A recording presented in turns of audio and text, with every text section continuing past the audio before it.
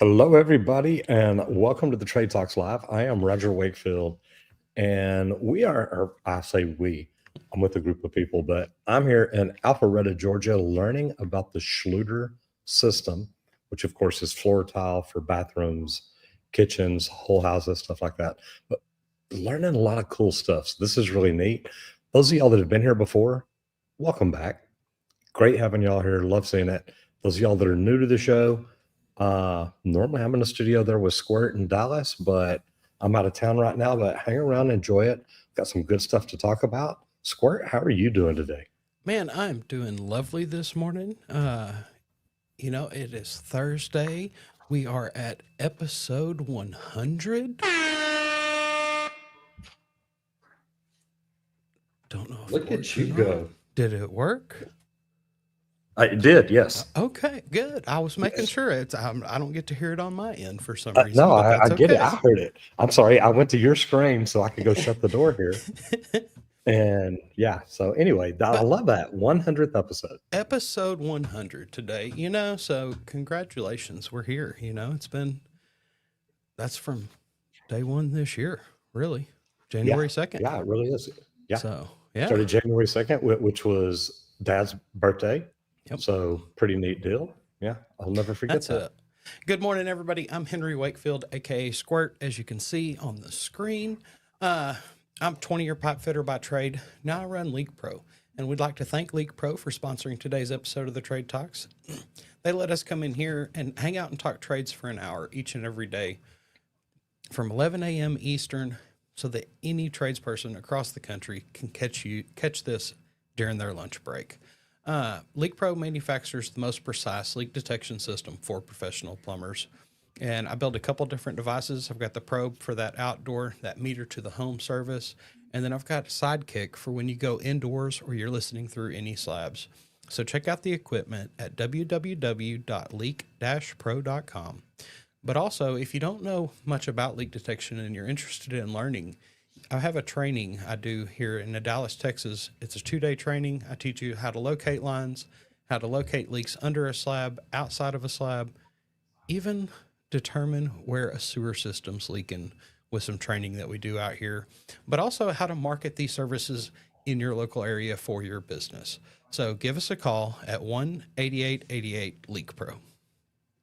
And anybody's thinking about doing social media, and it's funny because I'm with a room full of new home custom builders. And, we're talking about social media whenever we get breaks and stuff like that. And always like, how'd you do it? And even here with them, they're like, oh, well, you know what, man, I don't have anybody that watch it. I don't have anything to talk about. I don't have the equipment. I wouldn't get enough views. And I'm sitting here talking to them and I'm trying to explain to them the same things that I teach in the webinar. And it blows their mind. But anybody watching that's interested in learning how to grow on social media, to me, it starts with YouTube. So what I will tell you is I made a free webinar. You're welcome to go watch it, learn, and think, wow, maybe you know what, maybe I could do that. So if you want to learn more about it, go to www.justmetroger.com and check it out. And Randy, I love this first topic that we're talking about today on the national news because the Construction Confidence Index, it's a 10-year high. And what that means is, look, contractors are seeing the opportunities coming to build. Employers are seeing the opportunity to hire. People are seeing opportunities to get into the trades or maybe even branch off and start something new. So talk about this a little bit. What do you see? What are you hearing? What are you finding? Well, there's a big increase in demand. And, we talk about it a lot with the where's the work. And, a lot of the times we talk data centers and infrastructures, but something we've been discussing more recently is residential homes in all of these areas, because guess what? Where you need workers, they need somewhere to live too. So everybody's realizing that all of the aspects of the trades, there's so many opportunities out there to get involved. And the material prices with the tariffs and stuff, those are starting to get knocked back and things like that. So, that's going to end up stabling out again. Everything goes volatile occasionally, but guess what? After a few months, everything typically kind of mellows out again because we've got jobs to get done, and everybody out there knows that. But the demand is increasing constantly, but there's a lot of major infrastructure investments that are going on too. So if you want that commercial level where you're not dealing with customers, things like that, you can go be a civil installer and help on a lot of these infrastructures and get this thing rebuilt. And that's going to feed into all the other places that are needing all those things done. And it's going to end up expanding further and further. That's why the infrastructure needs to be redone and upgraded. Randy, and I love this because like I said, I'm in the room with probably about 25 custom home builders. And I mean, these guys are, one of the guys in our city is building like a $28 million home. So you look at what all they're doing, you look at how they're doing it, and they're like, look, we're not slowing down. We're growing. And to be able to sit in a room with people like this and listen to them and talk about what they're doing and how they're doing it. But I love that the tariffs are kind of starting to balance out. You don't hear near as much about them anymore. We do have some of the vendors that we work with, some of the sponsors that we deal with that are talking about, look, the tariffs are kind of scaring us, so we don't know what to do. We don't know whether to move forward. We don't know whether to pause. We're not sure. And I go back to Robert Kiyosaki when COVID started happening. He started borrowing as much money as he could, buying these buildings that people were not using anymore, that they were vacant. Bought these things for pennies on the dollar. So you can look at the opportunities and say, okay, look, everybody's slowing down. Why don't we grow the market share then? Why don't we do this? So I do. I love the fact that it's looking better. Everybody's a lot more comfortable about it. And what we do, we see the world becoming a better place. That's it. And honestly, like, there's record-breaking construction employment levels right now. And I know that a lot are going to be retiring soon, and it's going to create this void. But right now is the time to get in and learn a trade, because there's people there to learn from that really want to pass that knowledge down because they want you to take over. Also, contractors are very confident about project backlogs right now. They've got plenty of work on the books. They're scheduled. They've got those core jobs. And then it's like, look, yeah, we could pick up some small work too in between and take care of that. And we can grow if we want also and expand to be able to take on more business if we want to. So there's a lot in the infrastructure and the residential sectors going on right now. So like, it's one of the major things going on around us right now where we're at. So. And I mean, if you look at it, we've got more people moving to Texas every freaking day than anybody else in the country. We know we're growing. We know we've got things going on. So it's pretty wild, but it's good to see the confidence. So let's roll over into website review. And I know that you're talking about contractor talk, and we've talked about contractor talk before, but this is neat because this is one where we get a lot of information, but they've got some great threads like estimating tips for residential remodels and best flashing details you've seen. Now, this offers trades tested insight. So I love that. And people talk about what we do all the time in the trades. I love when you show how you did something, or I love when you test something, or I love when you do this. But I like that. And then I like the tool talk, and I like the vehicle section they got, where the sub forums give listeners a place to compare brand setups and job hacks. And there's also active discussions there. So there's always something going on. But Randy, what is it that you liked about this channel? Because I know that you look at this one a lot. Man, it is. And like, I've been pulling up a lot of the different forums here lately, and there's so many different ones out there. And that's something that I talk about tell a lot of people about. It's like, look, find the right community where you can learn the knowledge that you're needing. And I thought this one was pretty cool because they have a pretty good variety of topics here. It's not just one trade necessarily, it's for all contractors. So there's a variety of things and topics to be able to learn from. And you'd be surprised at how many things that you can actually learn from a different trade and how that can actually tie into yours or create you some different techniques in your trade that you kind of noticed from another one, which is something that I've always picked up and learned from, because you know, anything that's kind of similar but a little different, you're going to be able to learn some tricks from that you'll be able to use and create for others in your world. So it's a good thing. That's one of my favorites. And like forums, it's a bunch of people passing on knowledge, using discussions, mainly good, some bad. You're going to hear the gripes and complaints from all the guys too about what they don't like about it or why they're wrong. Well, here's why my technique's better, or different things. But I love to learn everybody's way. That's how you can be the best you can be is what I kind of see. And there's a bunch of active discussions, carpenters, GCs, roofers, painters, masons, Hmm. all sorts of trades throughout this thing. And that's what I like. I like to learn from a bunch of different ways. So that's one reason that I really like to point out a lot of these different forums. Get out there and find the right one for you and your trade. Oh, this is good. I do. I love this. And joining trade forums are great because you get in these forums and you're connected. And we talk all the time about, the reason we started doing this. I've been telling people for years, if you want to be in the top 5% of your industry, get up every morning, study your trade, study your niche for 30 minutes to an hour.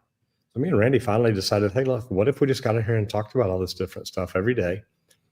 And it's kind of like the Warren Buffett approach. He says, look, I don't read a new book every day, so I'll learn something new and so I know everything about everything. He said, I read a new book every day, so there's something out there that I know less about. So I think the opportunities here are great. I'm going to jump in here and say, Scan Probe Techniques. Good to see you in here. How are you doing? And Brother Stanley Orchard, congratulations on 100 episodes. Thank you very much. Thank you, sir. Mr. Matt McDonough says, Mr. Miyagi at Plumbing and Squirt. What's up, brothers? Sorry I missed out on yesterday. Had a live station or lift station? Lift station. Yeah. Yep. Yeah. Where are you out? We've both had that happen. Me and Randy know all about that. Stephen Rodriguez says, I love the reasoning in this talk. Thank you so much. Good. ScanProbe says, trying to grow our social presence harder than I thought in this industry. It can be. It takes consistency, and it takes a lot of things, but consistency is probably one of the most important things. Brother Abe says hello, everyone. Happy Friday Eve. So you're stealing Randy's thunder, man. Israel Gosa says hello from Alabama.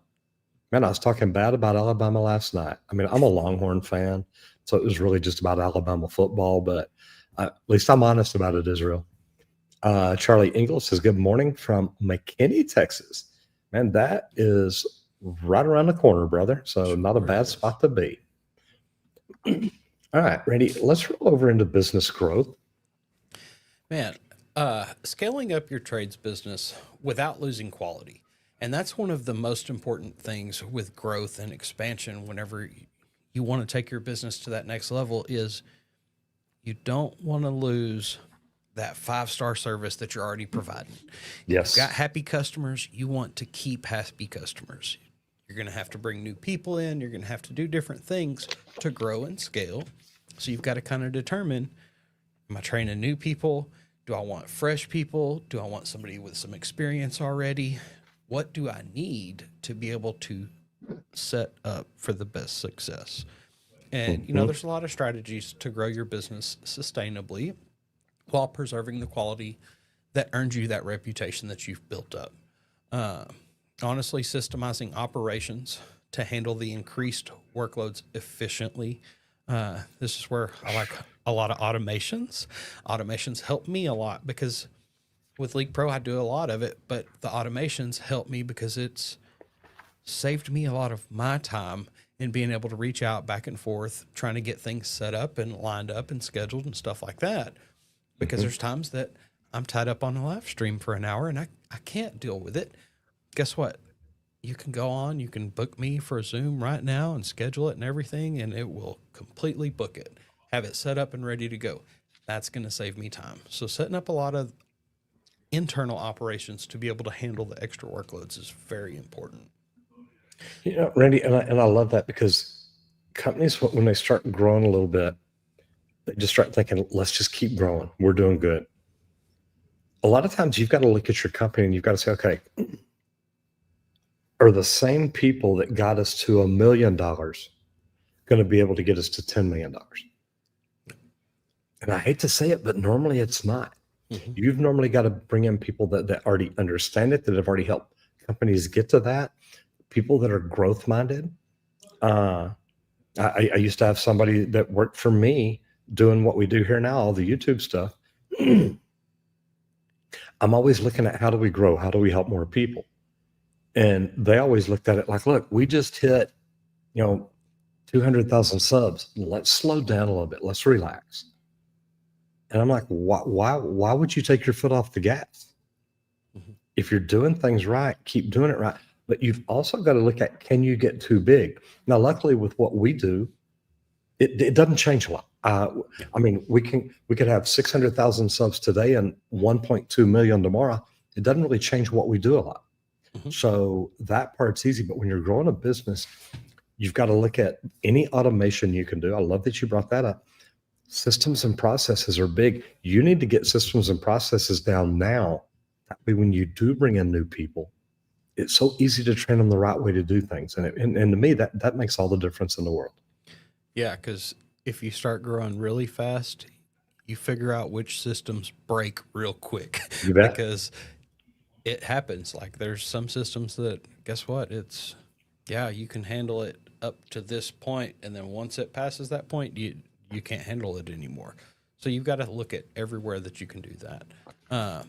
Also, like you were saying, sometimes you need the more experienced person, and you're going to have to figure out that balance, of hiring experienced staff versus training apprentices. And for some of the field stuff, it's going to be great to bring in new apprentices and things like that. But like you were saying, if you're wanting to take it from here to here, do you have somebody that knows how to do that, or that's seen it before, has that understanding to be able to do that? And another good thing too, Squirt, you talked about bringing in new apprentices and stuff like this. And as company owners, we never want to let go of people. We bring people in, and if they're not quite what we thought they were, number one, we think it's our fault. But then number two, we're like, well, I can work with them. I can get them up where I thought that they were, or where I need them to be. And to be honest, that's a wrong approach. To be a good leader, you've got to give people the opportunity to show you that they can learn, to show you that they can move up, to show you they can get better, instead of us just constantly having to hold their hand and coach them. And I talk about this all the time, but one of my leadership coaches taught me this. You've normally got your middle 60% of your company, the people that they get stuff done. You don't have to worry about them much. You've got to help them every now and then, answer questions from them, but they get things done. Your top 20%, these are your rock stars. These are the ones that hit home runs every time they walk out the door. Every time they roll into a house, they take care of everything.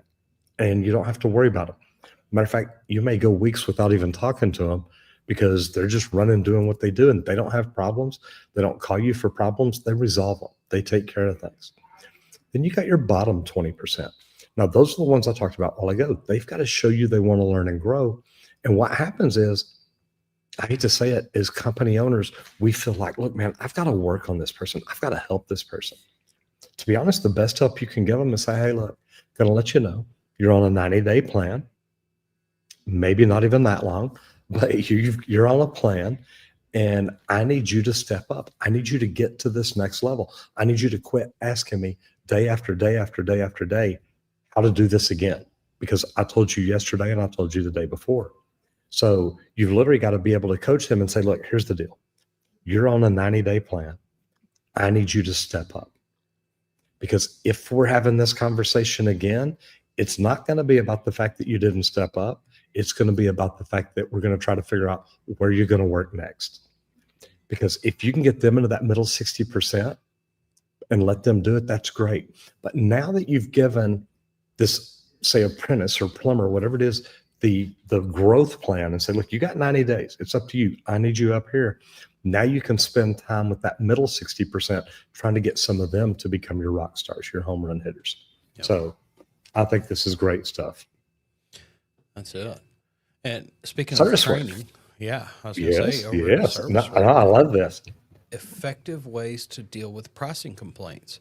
This is something you're going to have to train your employees on because, man, that first time that you get that customer that starts to gripe about the price, it's like, ugh, you do not want that deer in the headlight look from your guys. So train them up, teach them.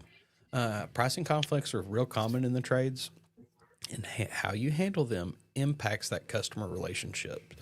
And I don't know how to say more true this is because it is so important because you've got to keep the professionalism and at the same time you have to validate their complaint because most of the time there's a reason that they're griping and you're going to have to deal with that. But you want to have some transparent communication about the pricing up front so that this hopefully doesn't happen. But even whenever you do talk pricing up front and have it really clear that this is what it is, you're still going to get a couple customers that try to haggle with you whenever you show up at the door. And it's like, hey, yeah, I really think you're still overcharging. But also clearly outline what the customers are getting for their money. Okay. Is there a warranty that's included? What quality of materials are you using? Are you using the top grade? If so, let them know clearly. Hey, look, here's why I cost a little more because I install the top quality materials throughout all my projects, any repairs I do, or whatever it is. I have a license. I'm Jackpot right expert there, in man. this. That's a Boom. big one. Okay. So don't forget that. Like, that's why we don't haggle too much on our price. Why? Because do you haggle with the doctor all the time whenever you go? Yeah, sure. You're going to try. You're going to try to get your insurance to haggle with them. Do they budge? No, there's a spot that's it. They don't get to choose that. Neither do we. Okay. Stay confident, but still be empathetic when addressing their concerns. Okay. Let them know that you feel for them, you understand, but this is our policy. And that's one of the ones that I enjoy the most. You know, it's like, look, here's what I've got right now. Like that, that's as much as I can do. I understand, but I was kind of clear up front before we ever came that this is what it was going to be. And whenever you can back up on that, because that's part of your process, your normal standard system and procedure, you know that was said whenever they were discussed this job on the phone. So kind of do that. And whenever they are unhappy, try to fix that the best you can and explain, look, yeah, but if anything happens to this, we've got this warranty on it. So you can call us back and it's not going to cost you anything. Then that gives them a little bit of comfort and that kind of helps. So something to definitely remember. Randy, one thing that I always taught people was if people are complaining about price, you didn't explain the value. You were not clear about the value. That. They don't see the value. And that's the biggest thing is and I tell the story about, going out to a tunnel job out in Wiley. And Amber told me before I went out there, she said, look, the homeowner's out there. He wants to visit with you or meet you or something like that.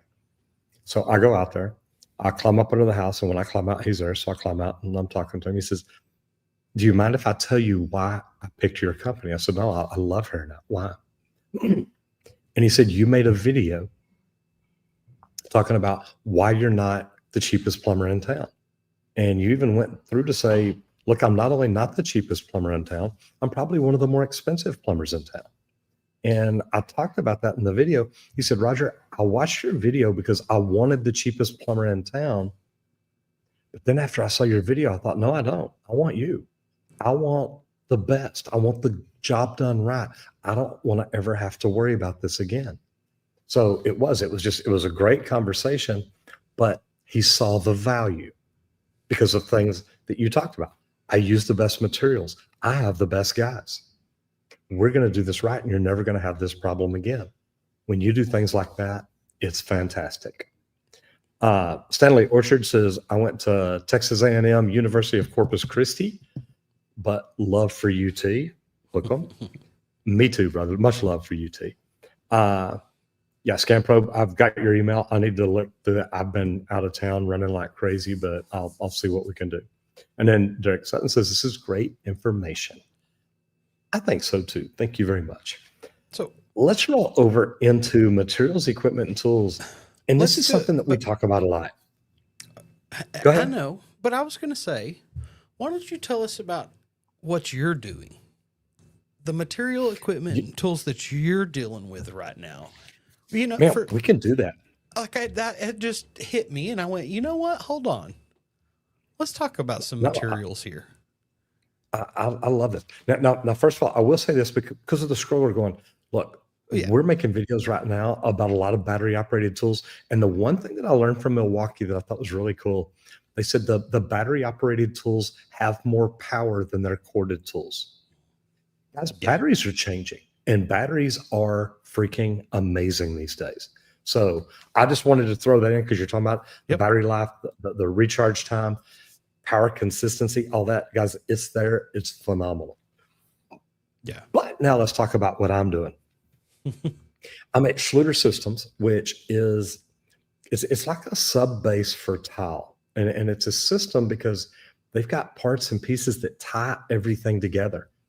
And one of the things that I was looking at a while ago is they've got this membrane that you put down. Like if you're building a bathroom, you can create a shower, and they're called the borderless showers that they don't have a curb.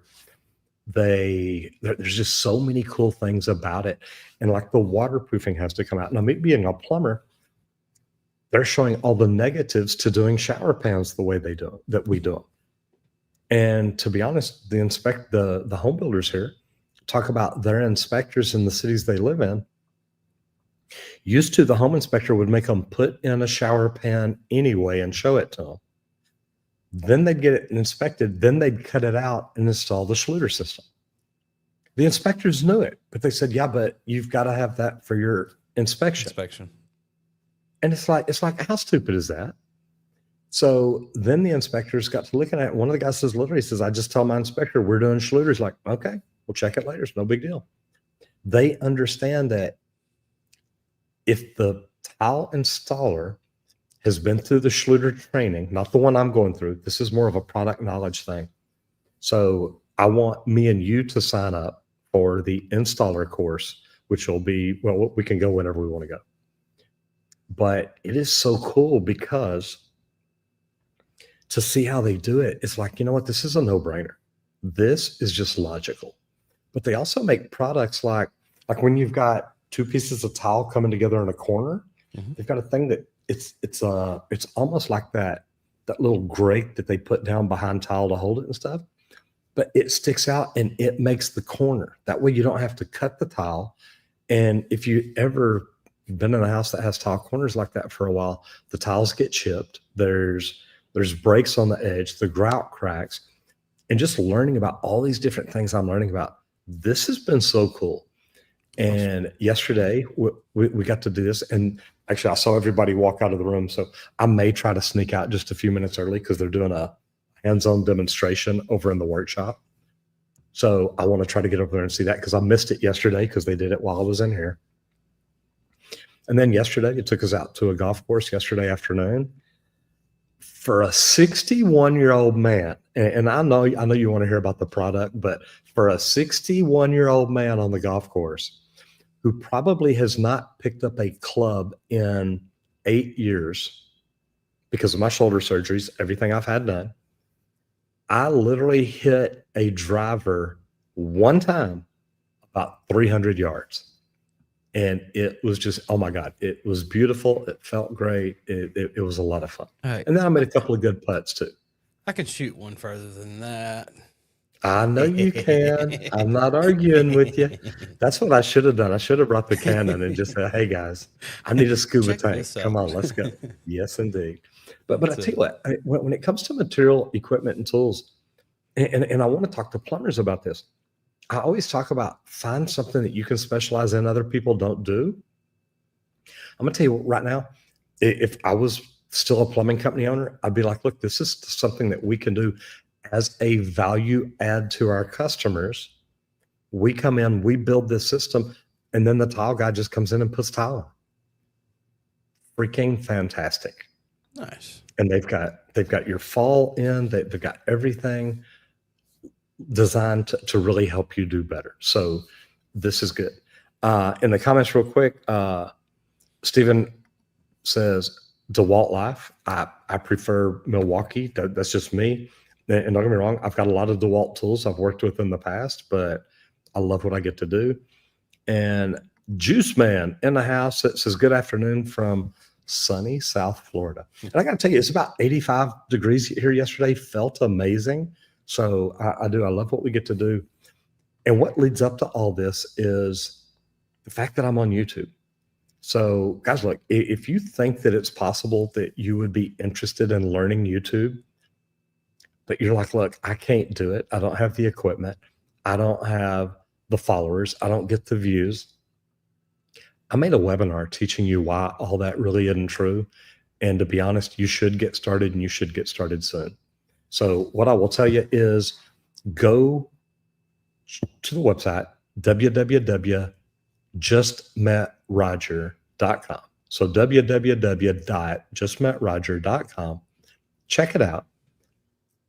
And I promise you, it's a free webinar. It's going to teach you some things or make you think about some things. And you may decide to, I don't know, grow up and make money on YouTube like I do. It's not too bad. Squirt, tell us a little bit about Leak Pro, will you? Yeah, we would like to thank Leak Pro for sponsoring today's episode of the Trade Talks. And Leak Pro manufactures the most precise leak detection system for professional plumbers. And guys, our equipment, it's simple, it's easy to use. Like that was one of the things I had a training out here this week. And they're like, man, this is it. Like there's a volume knob and that's it. It's like, yes, we don't like all the extras on there. We want it just simple and easy to use. We're looking for a sound to find the leak. That's all we want to be able to do. That's all we need it for. So definitely get on, check out our complete kit that comes with both pieces of equipment, the probe for the outdoor service, that meter to the home. It's a T-handle style with a stainless steel rod made out of a solid block of aluminum up top. So when you're probing it in and out of the ground, you hit it some rock or something, it's okay. Go ahead, hit on it a little bit. You're going to be able to get it down through there so that you can actually get down there and take a listen. But also there's a sidekick, and that's our pistol grip style with an aluminum rod. And that aluminum rod, it's a less dense metal, so it kind of eliminates the layer of concrete that you're listening through. We prefer that indoors, listening through driveways, sidewalks, anything like that. So get on and check out the complete kit at www.leak-pro.com. But also, like I said, did a training earlier this week.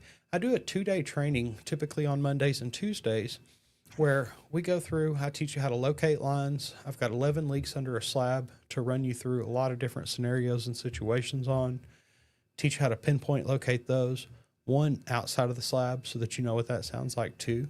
But then also I've got a couple sewer systems set up, cast iron into PVC, and I can show you how we go through and isolate sewer system from that double clean down outside of a home to determine exactly which branch line or which part of the main's leaking under the house.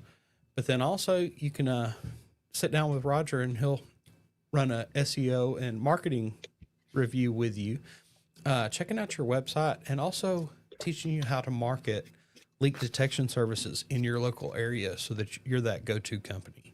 So give us a call about training at 1-8888-LEAK-PRO. I'd be happy to discuss the training or even the equipment with you. And the cool thing is, and I love getting out there and talking to the guys, and it blows their mind to get to see some of the stuff we do. So guys, it's really worth it. It's a lot of fun. I want to give a shout out real quick. Matt McDonough says, all right, gentlemen, men. So I think he's calling you a gentleman and me a man. So I can live with that. I'm used to it.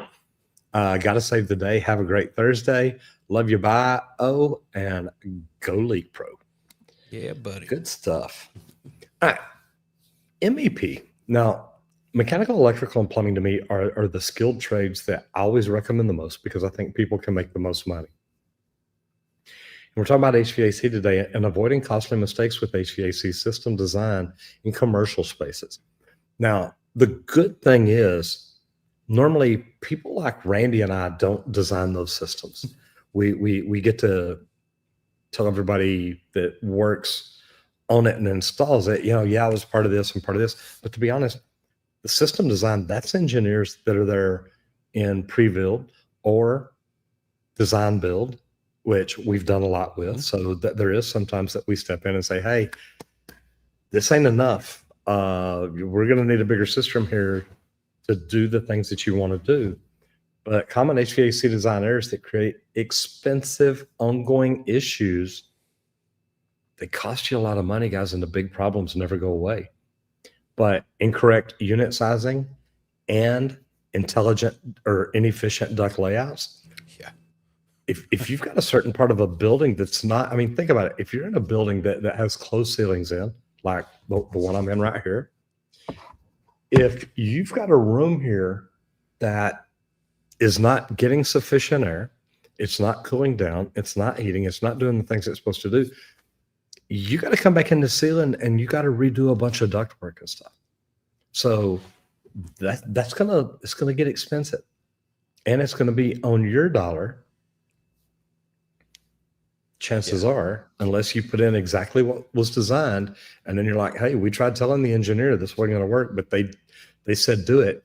But then again, you better be able to pull up the emails to prove it, because incorrect sizing is big. And then overlooking the indoor air quality requirements. And that's when, guys, it's going to get bigger. And if you're in HVAC, this is one that I talk about all the time.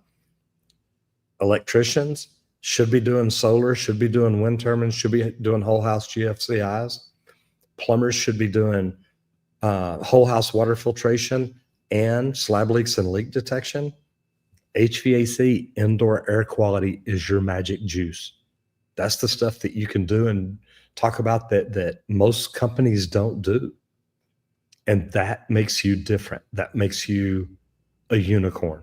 Be the unicorn. Man, get out, let people see what you do. But indoor air quality, I would have an indoor air quality tester on every truck that I had. I would tell every technician that walks in the house, you have to do an air quality test, because that air quality test goes to a third party and then comes back and tells you, hey, do you understand that you've got, way too much dust or VOCs or whatever it is that it's testing in your system? So you've got to be aware of that. And if you're not doing it, then you're probably not selling as much indoor air filtration, maybe UV sterilizers. There's a lot of different products that you could sell to help do this. But the way you do it is engage experienced design professionals early. Randy, when you were an estimator, did you talk a lot with the designers and engineers and say, hey, look, are y'all sure this is going to work, or any questions like that? Typically, so I had some really good quality HVAC guys, because like the equipment side of my work, I could pipe anything, but knowing about the equipment and the air conditioning side of an air handler and all these things, I had some really good vendors, and that's who I would talk to all the time and say, hey, you mind looking at these drawings? Is this quality? Because I worked in a lot of the design builds, these napkin drawings. Oh yeah, we came up with this. So here's what we're going to need. Budget this. And it's like, okay, how do you want the air in that area, in that space? Do I need anything extra, or do you just need a cool space? What is it? And you have to put a lot of those thoughts in. And as you're estimating, you start to learn how they design these and which ones they kind of put in different places and things like that. Because I worked in industrial estimating wise. So every space was kind of different for us. Sometimes it would just be a normal empty warehouse packaging, things like that, nothing big. Sometimes it was food facilities where, you've got to have all these HEPA filters, all this stuff, because it has to be a high quality of air in these spaces. So we had to do a lot of extras. I also worked in some pharmaceuticals and stuff. So that's where a lot of the HIPAAs, I guess, came into play. But I thought you meant you played around with pharmaceuticals. no, I actually installed some really cool lines, like eye drop lines. Man, I got to set some really neat equipment. It was cool. Worked with old Terry Madigan setting equipment, and he was a millwright. One of my favorite things about pipe fitting was being precise. Man, work with a millwright for a while. You will learn how to Oh be yeah. precise because everything's perfect, and it's a cool experience.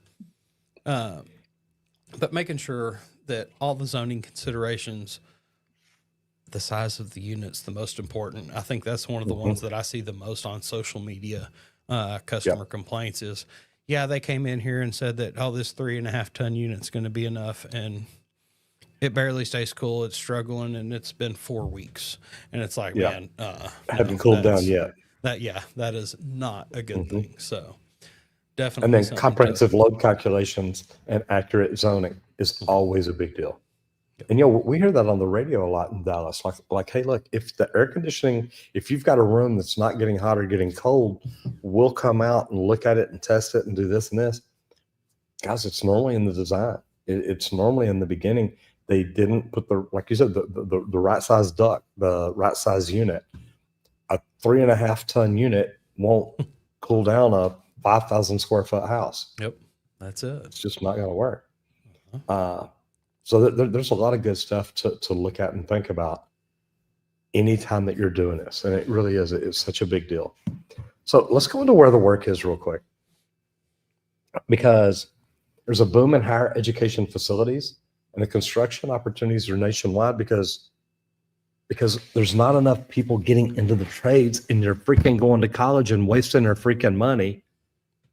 So they're just expanding so they can allow more and more people to get in there. It blows my mind. People, quit spending your money on college. Okay, please.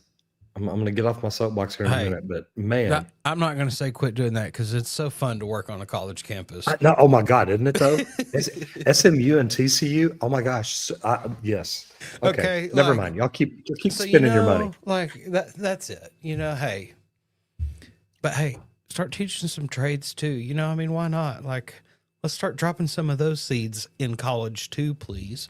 Man, wouldn't that be good? That's it. I love it. No, that's good. But universities across the nation launching major expansions, renovations, modernizations. Texas, Florida, California. I mean, there's where your people live. The Northeast, so it's expanding. But you've got a lot of large university networks that are tied together. Texas, the University of Texas, and even I was talking in here a while ago about Texas A&M. They've both got all these satellite universities too. So they're like, look, let's buy it, fix it up, grow it, make more money. And that's what they're doing. But it's not a bad deal.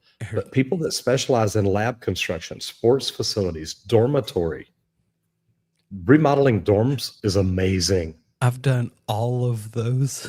Oh yeah. Every single one of them. Like, I saw that and I'm like, oh my gosh. Like, yes, I've done lab construction. Some of the coolest materials that you'll come across is some of these chemical resistant designs and things, and some of the ways that these joints are put together and things. It's really cool to go learn some lab construction. It just really is. You learn glass pipe, different things like that. Like, it's a whole nother world. Sports facilities, did a lot of the stadiums and practice facilities, things like that. So fun times. Pretty freaking water neat. Parks. Man, who did that? Yeah. So look, we've got to work on some amazing jobs. That's for sure. All right, let's roll into instructor training real quick.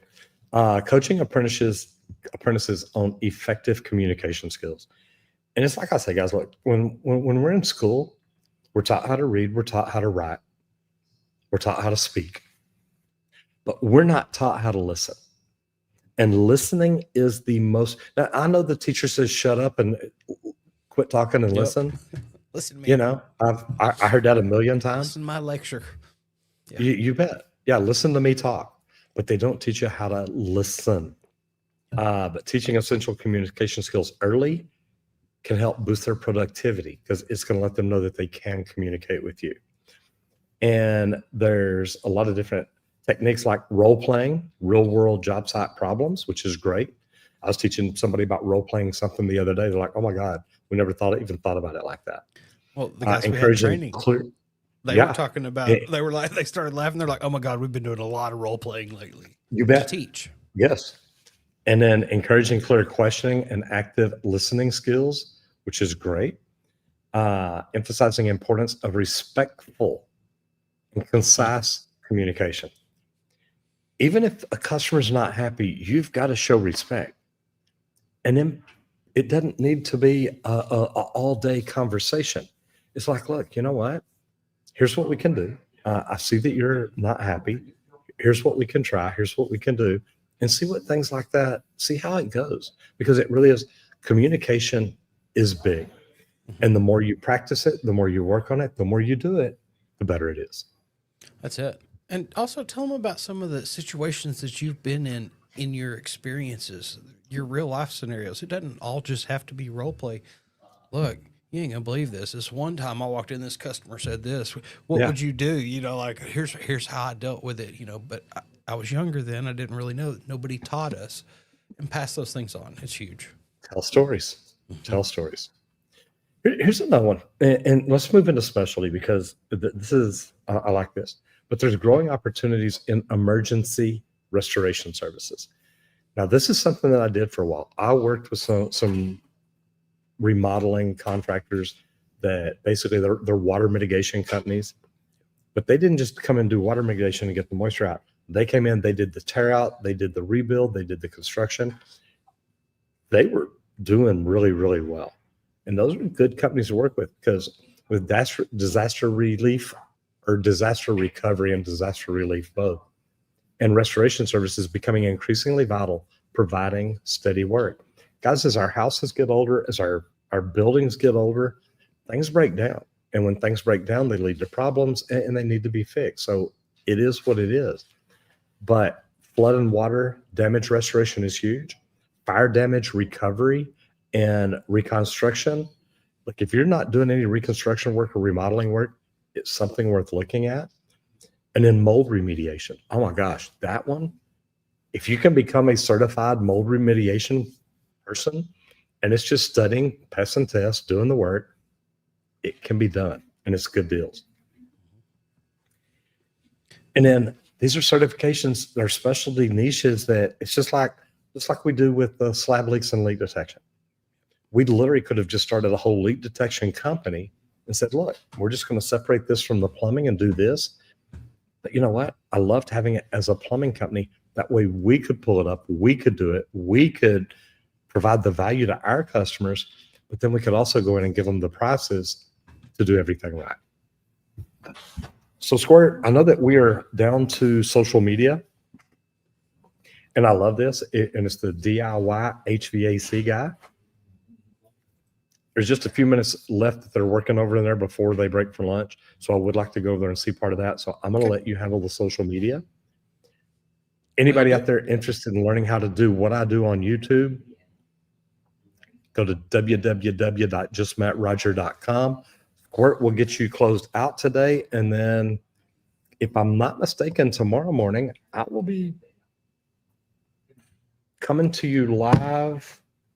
I may be getting off at about the same time because I get on a plane at about 10:40 because my flight's at 11:10 tomorrow, or 10:40 Atlanta time. Had to think about that. Yeah. There you go. So, Well, good deal. oh yeah, because my plane, I'll be on the plane. I'll be flying right now tomorrow. So yeah, cool. Awesome. All right, guys, y'all have an amazing day. Thank you so much. And Squirt, I'll see you later. Have a good one. All right, bye, guys. All right, guys, over here into social media. Today we've got the DIY HVAC guy. And at 372,000 subs we've got going on here. One of the first things we like to look at, just about to hit 60 million views. Doing pretty good. Let's go into some videos. Figure out how long he's been doing it. Started 3 years ago. And that's something I always kind of enjoy looking at real quick is how they got started. But it's a growing creator known for breaking down HVAC concepts in easy to understand, approachable ways. Whether you're a homeowner or a seasoned tech, come in, you can check out some of his videos to learn a lot of different things. But Honestly, he balances humor with helpfulness, a mix of job site stories, tutorials, and product reviews. That's something that we always kind of do too, is we like to test things. And that's one of our favorite things to do. One of my favorite things to do on the main channel is to test kind of the limits. I'm always curious, I know it'll never get pressured up to that, but why not figure out how much pressure it can actually hold is one of my favorites. But like here, 2.6 million views, most popular. This could keep your family warm during an emergency power outage. So, extra outlets, being able to turn it on. I'll tell you what, as a guy that worked around a lot of service guys, just having the outlet up there near your unit is so nice because it helps be able to fix things that are actually up there that you're going to need power for. You don't always have to stretch a cord out. His short videos often tackle things like what does this part do, or why your unit is short cycling. This is really good for younger techs, apprentices, homeowners, things like that. And some out of the box thinking here. Did you know that you can heat your home with a car battery? So that's something else I've learned through the years that I've been working here, is something that really works on social media is using something out of the norm, like a car battery to heat your home. It's not something people usually think of, but it's an intriguing topic, so a lot of people are going to check that out and watch it. So definitely something to check out, and it looks like he's doing a lot of different things, not just the HVAC side, talking about water heaters, stuff like that. So definitely, guys, check him out. The DIY HVAC guy. If you're thinking about getting into HVAC, want to do some service, things like that, go check him out. What do we got over here? Let's see. Mr. Charlie Engel. Good stuff, guys. I'm off to work. Roger just discovered on Facebook a few days ago in a sponsored ad. Followed Facebook and YouTube pages, The Wood Floor Guy, and enjoy what content you've seen. Awesome. Glad to hear that. You have a great day yourself. Scam Probe, can you possibly take a look at our socials? Been trying to collab with you guys. Love our gear. I'll have to look into it and check it out and see what all we got there. We'll move on to some Q&A from that I've got.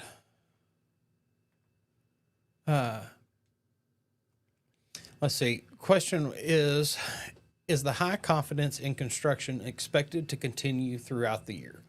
And honestly, guys, a lot of people out there are saying that yes, definitely so.